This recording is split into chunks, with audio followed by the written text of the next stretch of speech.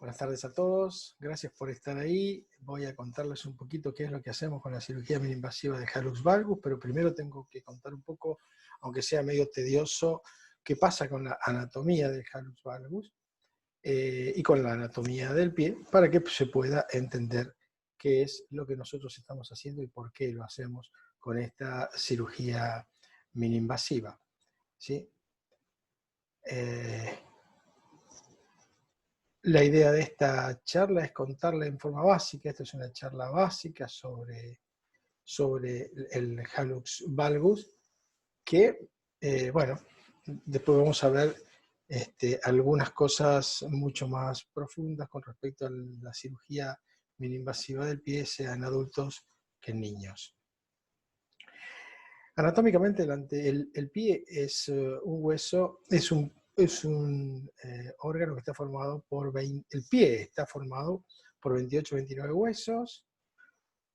Atrás tiene una disposición vertical, el astrágalo está por encima del calcáneo, como pueden ver en ese dibujo, y por delante los metatarsianos y los dedos están unos al lado de otros, es decir, tiene una disposición helicoidal. Anatómicamente, el hallux valgus es la formación o es la deformación del primer dedo con respecto a su metatarsiano. El metatarsiano tiende a desviarse hacia adentro y el dedo tiende a desviarse hacia afuera con respecto a la línea media, como pueden ver en ese dibujo, ¿sí? Y el juanete, que es otra cosa diferente, pero que tiene que ver con el hallux valgus, es la prominencia que aparece a nivel de la porción interna de la cabeza del primer metatarsiano, como pueden ver allí. Ese es el juanete que generalmente se pone rojo, molesta, y es por lo que generalmente la gente consulta. Hallux valgus y juanete son muy frecuentes son patologías muy frecuentes en las que consultan en los consultorios de ortopedia y traumatología. Tiene gran prevalencia en mujeres, frecuentemente son mujeres mayores, pero el hallux valgus en jóvenes y infantos juvenil reconoce un fuerte componente hereditario, por lo cual también hay que tenerlo en cuenta. Siempre decíamos que el factor genético jugaba un 50% en el rol de la génesis del juanete y que el factor ambiental el otro 50%. Pero hoy estamos convencidos que la inestabilidad de la articulación subastragalina, es decir, el pie plano, como parte de esa inestabilidad, juega una tercera parte, por lo cual mucho tiene que ver el factor genético, la tercera parte, también el factor ambiental, pero la inestabilidad de la subastragalina, ese movimiento de normal a pie plano que tiene, como están viendo allí en esa filmación, en ese video, tiene muchísima importancia. ¿Pero por qué tiene importancia? Como dije antes, el pie tiene una forma helicoidal, el retropié con respecto al antepié.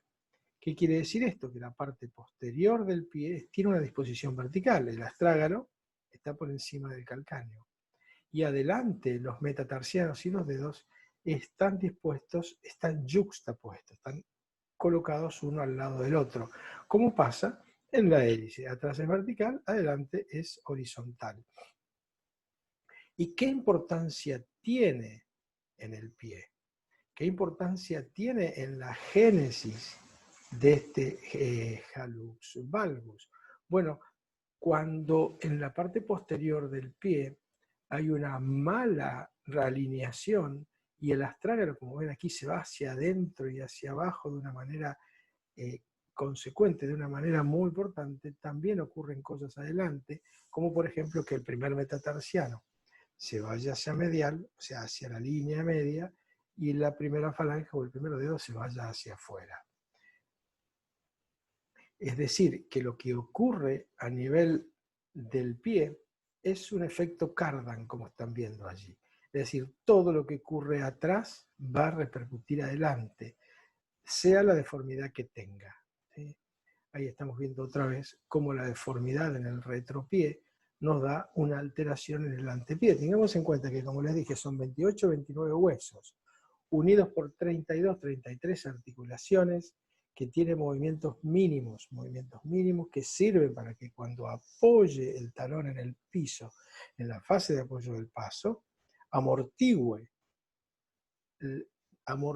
el peso del cuerpo que viene por la tibia en contra de la gravedad.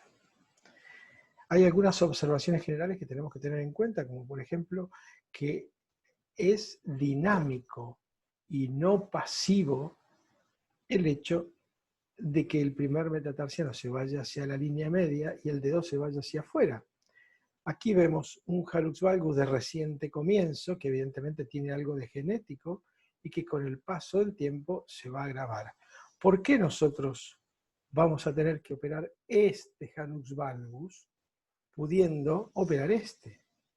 Quiero decir, si sabemos que la evolución es hacia la deformidad, que cada vez se va a deformar más, podríamos operarlo en la primera fase de esta deformidad. Después hay algo que es muy importante de tener en cuenta, porque todo el mundo lo pregunta, los pacientes lo preguntan. Digo, modificar el calzado y el uso de dispositivos como parches, espaciadores interdigitales, etcétera, etcétera, ¿corrige el hallux valgus? La respuesta es no.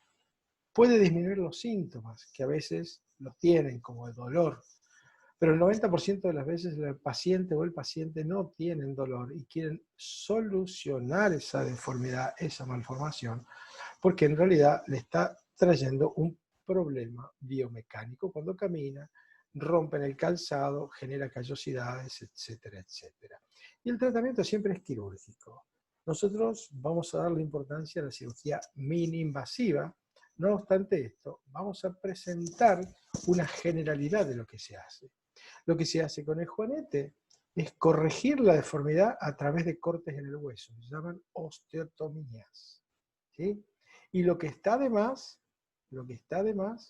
se lima, es decir, se gasta.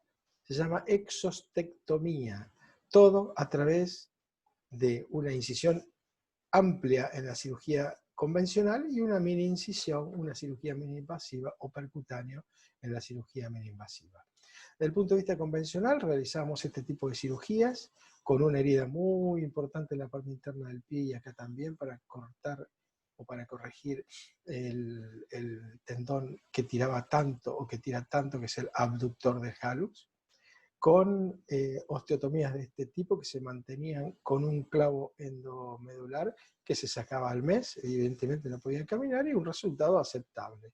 De esto pasamos a esto, con un resultado aceptable, pero el posoperatorio era mucho más tedioso, ya que las personas que se operaban tenían que mínimamente estar un mes sin caminar, con una rehabilitación muy importante en el posoperatorio, etcétera, etcétera. Aquí vemos otro con un segundo dedo supraducto. Este es un adolescente, en el cual le realizamos una osteotomía en la base del primer metatarsiano, colocándole un dispositivo, colocándole una placa con tornillos que realmente hoy, por lo menos a mí, nunca se me ocurriría colocar nunca más, ¿no? Y aquí vemos el resultado, que es aceptable, con las dificultades del caso, como por ejemplo el hecho de que tienen que estar mucho tiempo sin realizar actividades físicas, quietos, en reposo. Con el Minimal Incision Surgery, que es cirugía MIS, cirugía mini-invasiva del hallux valgus subjuanete, nos permite, es la misma técnica quirúrgica o el mismo gesto quirúrgico que lo que vimos recién, pero con incisiones pequeñas, no más de 2 o 3 milímetros. No utilizamos implantes. Hay menor tiempo de hospitalización, menor uso de analgésicos y permite una rápida integración a sus actividades normales. Además, una cosa muy importante, el 90% de los pacientes dicen no tener dolor en el posoperatorio. En este tipo de cirugía realizamos todos los gestos quirúrgicos, los que vimos recién, en lugar de hacer un gran abordaje, a través de pequeñas incisiones. Por eso se puede hacer un solo acto quirúrgico, es decir, corregir un pie como este, que tiene juanete, que tiene dedo martillo y que tiene metatarsalgia. Lo podemos hacer porque lo hacemos con digamos, incisiones milimétricas, 2 o 3 milímetros. Si tuviéramos que hacerlo con las incisiones convencionales que utilizábamos antes, no sería posible o sería mucho más dificultoso y riesgoso. ¿Cómo lo hacemos? Empleamos anestesia local o local regional alrededor del tobillo, mediante bloqueos nerviosos, sin utilizar anestesia general, salvo en pacientes muy aprensivos en los que hacemos una sedación y este tipo de anestesia, pero nunca jamás realizaremos la vieja cirugía con un bloqueo a nivel de la espalda, con una peridural que le provocaba la disminución de la movilidad o la falta de movilidad de los miembros inferiores durante 2 o 3 horas. Allí estamos pinchando para bloquear la sensibilidad del nervio tibial posterior. Eso que ven en azul o violeta, no sé cómo lo ven ustedes, es la zona que bloquea en cuanto a la anestesia. Allí estamos bloqueando el nervio peroneo superficial alrededor del tobillo, como si fuera una pulsera alrededor del tobillo, y con ello provocamos la anestesia de toda la zona blanca que ustedes ven, en el dorso del pie y en la parte superior del tobillo. Y por último, con el nervio peroneo profundo, que lo anestesiamos en esta zona, pero profundamente al lado de la arteria tibial posterior, realizamos la anestesia de esta zona, que es donde nosotros después vamos a entrar para hacer la tenotomía del abductor para que no siga tirando y lleve el dedo hacia afuera. ¿Cuáles son las deformidades a corregir? Bueno, todos los ángulos que están mal. Hay 4 ángulos que nosotros queremos corregir y que les voy a demostrar cuáles son. El ángulo metatarso-falángico entre el eje longitudinal del primer metatarsiano y el hallux. El ángulo entre los 2 primeros metatarsianos, que cuando está por encima de 20 grados hay que hacer una corrección a este nivel también. El ángulo entre el eje longitudinal del metatarsiano y la superficie articular, es decir, la superficie que articula con la falange, que no tiene que ser más de 4 o 5 grados. Y por último, el eje longitudinal de la falange con el eje longitudinal de la falange con la superficie articular de la misma falange, que no tiene que ser más de 2 o 3 grados. Este es el instrumental, utilizamos hojas número 64 o 67, algunas 69 que tienen doble corte, son muy pequeñas, es la cuarta o la quinta parte de una hoja de bisturí número 15. Estas son las fresitas con las cuales con estas 2 gastamos el hueso que está de más y con estas 2 cortamos para enderezar el hueso que está torcido. Con estas raspas que también utilizan mucho los cirujanos plásticos, lo que hacemos es sacar el material que va quedando cuando nosotros gastamos y poder meternos hacia la parte más interna, hacia el hueso, separando las partes blandas de dicho hueso. Este es el micromotor impulsado por esta otra parte que va en el piso y con esta palanca movida para este lado aumentan las revoluciones. Este es un motor que tiene muchísimo torque, muchísima fuerza, pero pocas revoluciones.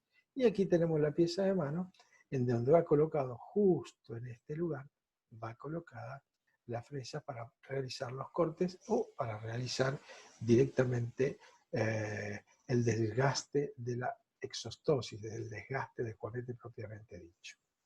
Aquí vamos a ver una animación de la cirugía mini-invasiva de Calvin valgus, en la cual vamos viendo que esta parte que va a tocar allí con la fresa, que ahora se va a poner en rojo, es la parte que con la fresa de desgaste, una 3.1, vamos a roer, vamos a, valga la redundancia, a gastar.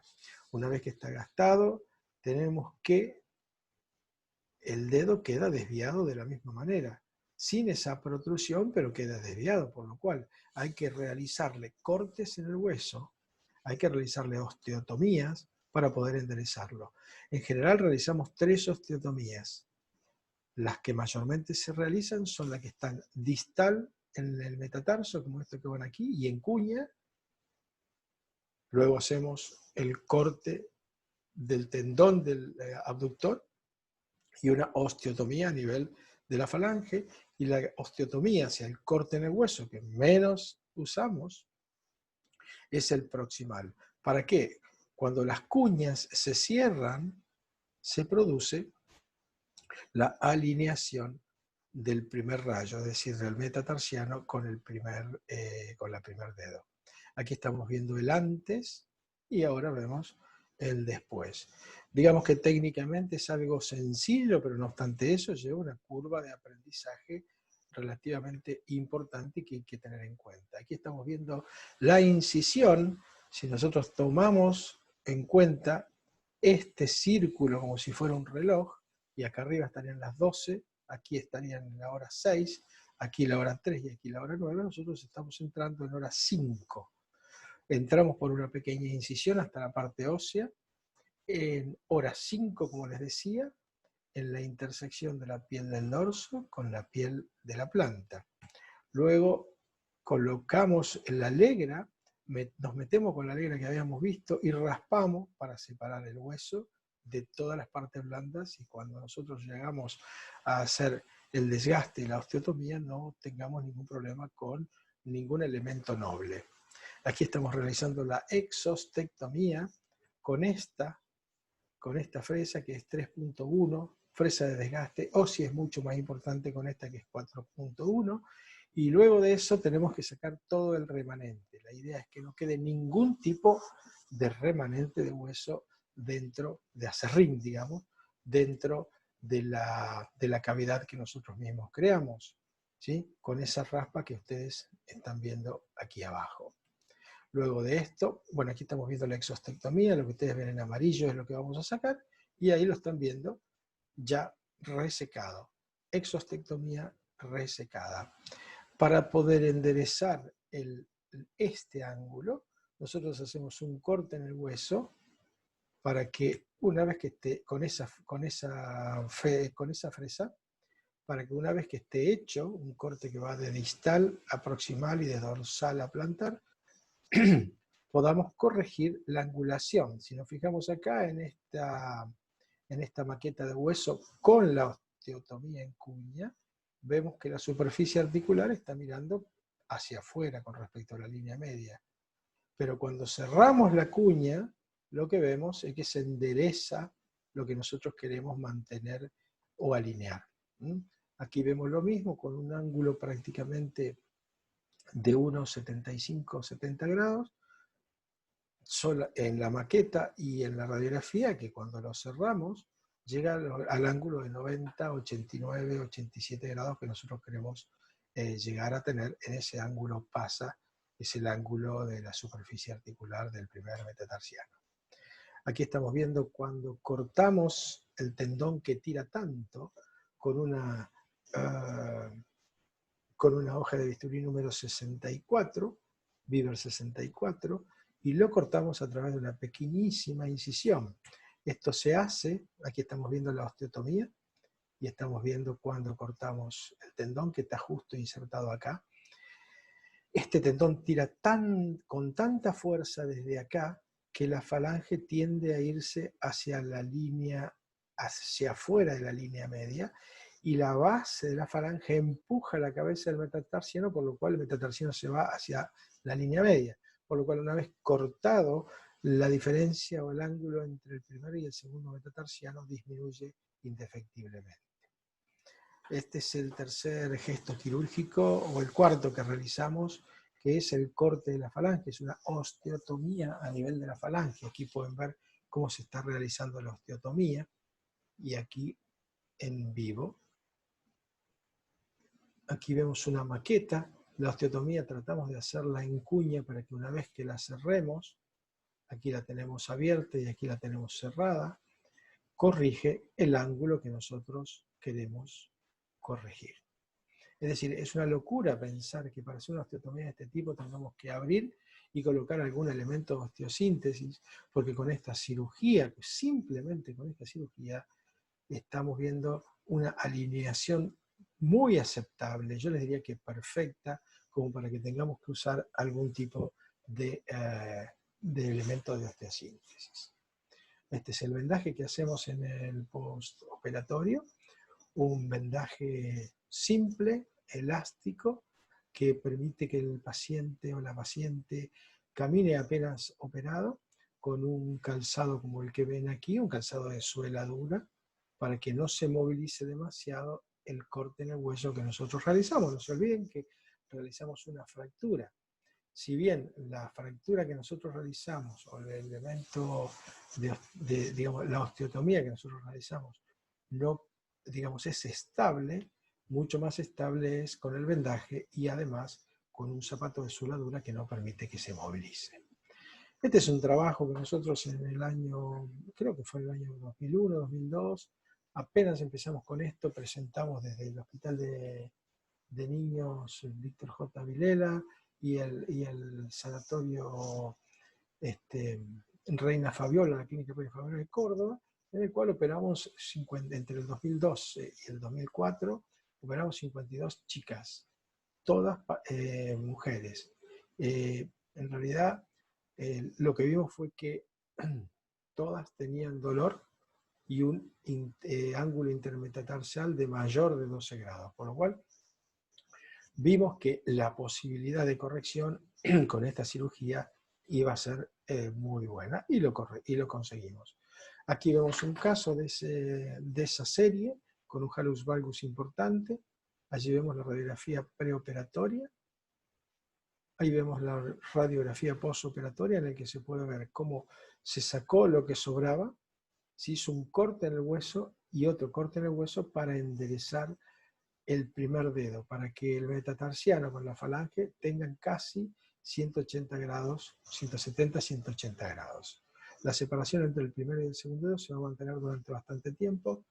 A propósito, porque seguramente que en el postoperatorio se van a empezar a juntar y si uno no lo mantiene así por lo menos 3 o 4 meses, va a recidivar la deformidad.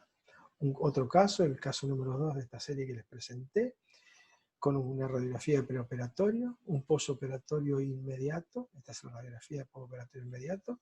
Fijémonos, aquí tenemos el corte en el hueso, aquí tenemos el corte en el hueso, y cómo corrige la alineación entre el metatarsiano y la primera falange y el dedo. Y esto que ven acá abajo, que parece una osteotomía, no es más que el cartílago de crecimiento, que cuando nosotros hacemos la osteotomía en un chico o una chica que tenga cartílago de crecimiento, siempre hay que hacerlo distal con respecto al cartílago para no dañarlo y generar una deformidad mucho peor. Y aquí vemos a 4 años cómo esa osteotomía desapareció, cómo se remodeló y además ya no tiene más cartílago de crecimiento y la deformidad del dedo dejó de estar para crear una perfecta alineación.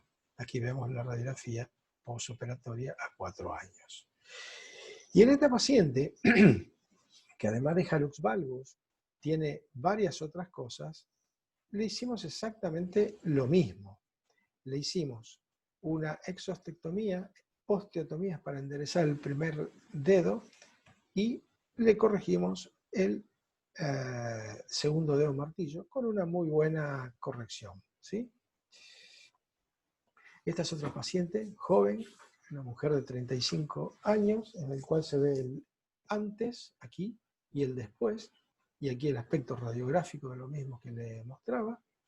Aquí tenemos una nona de casi 90 años que tenía a este nivel, casi expuesto el hueso, porque tira tanto de la piel, la adelgaza tanto que puede generar algún tipo de lesión de la piel con una paciente. Esta paciente es diabética o era diabética en su momento, la operamos hace unos 8 años atrás, y con este segundo dedo martillo, aparte de la metatarsalgia, esta nona se le realizaron todos los gestos quirúrgicos para el hallux valgus con una muy buena corrección.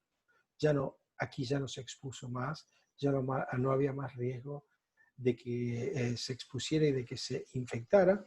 Y además le hicimos una osteotomía de todos los metatarsianos, porque además tenía lo que llamamos nosotros metatarsalgia, que es un dolor en la zona de la parte anterior del pie que se llama metatarso.